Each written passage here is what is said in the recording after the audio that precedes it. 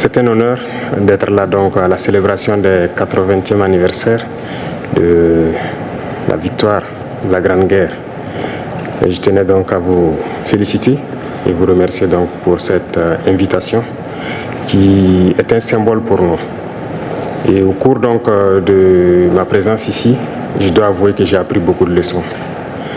Cette séance que j'ai pu assister avant le dîner la veille, la séance culturelle, m'a fait comprendre que l'histoire et la culture sont le socle pour bâtir une armée forte et résiliente. Nous avons pu voir ensemble tous les sacrifices que le peuple soviétique a consenti pour que nous soyons dans un monde libre aujourd'hui. Et nous tenons donc à vous dire merci pour cette invitation, parce que ce sont des moments qui nous ont permis aussi de réfléchir à notre situation et de penser à de nouvelles perspectives. Et sur ce, je pense que les obstacles que nous avons aujourd'hui devant nous ne doivent pas nous arrêter. Et les obstacles sont une bonne chose en quelque sorte que nous devons surmonter. La preuve, je pense qu'avec toutes les sanctions contre la Russie depuis un certain temps, la Russie arrive à développer un mécanisme interne qui lui place donc au devant de la scène internationale. Et nous prenons bonne note de ces leçons que nous avons donc apprises ici. Et même au niveau de la parade, je tiens à dire que j'ai été émerveillé de voir l'enchaînement donc des engins qui ont défilé devant nous, notamment depuis le char mythique T-34 qui a gagné donc lors de la Grande Guerre jusqu'aujourd'hui au char moderne. Combien donc l'armée russe s'est modernisée, combien la technologie donc a participé à renforcer cette armée. Et dans ce cadre, nous souhaitons que la coopération que nous avons puisse se renforcer de façon exponentielle. Je vous remercie déjà pour tout ce qui est fait pour nous, notamment ces bourses d'études qui sont octroyées au Burkina et qui vont s'accroître.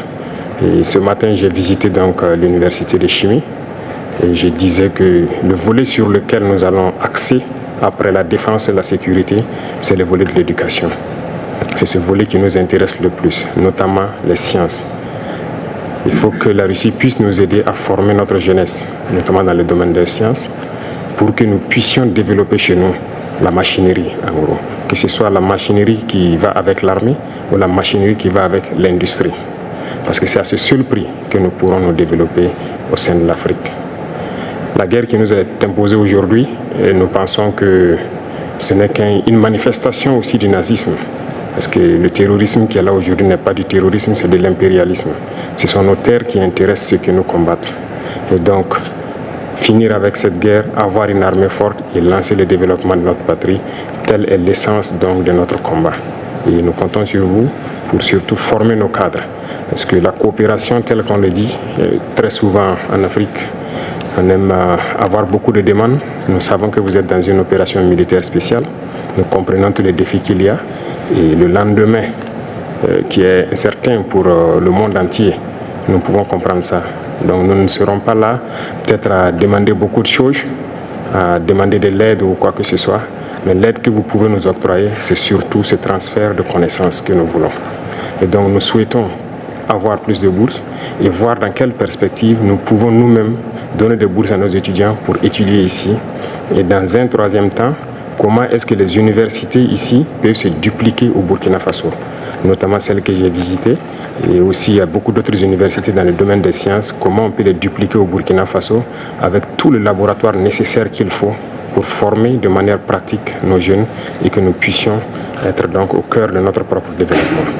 Donc c'est la demande essentielle que nous avons actuellement dans le contexte que nous vivons pour pouvoir transformer tout ce que nous avons sur place, produire beaucoup de choses nous-mêmes et que le Burkina Faso soit un hub où beaucoup de jeunes Africains vont venir et apprendre aussi la science.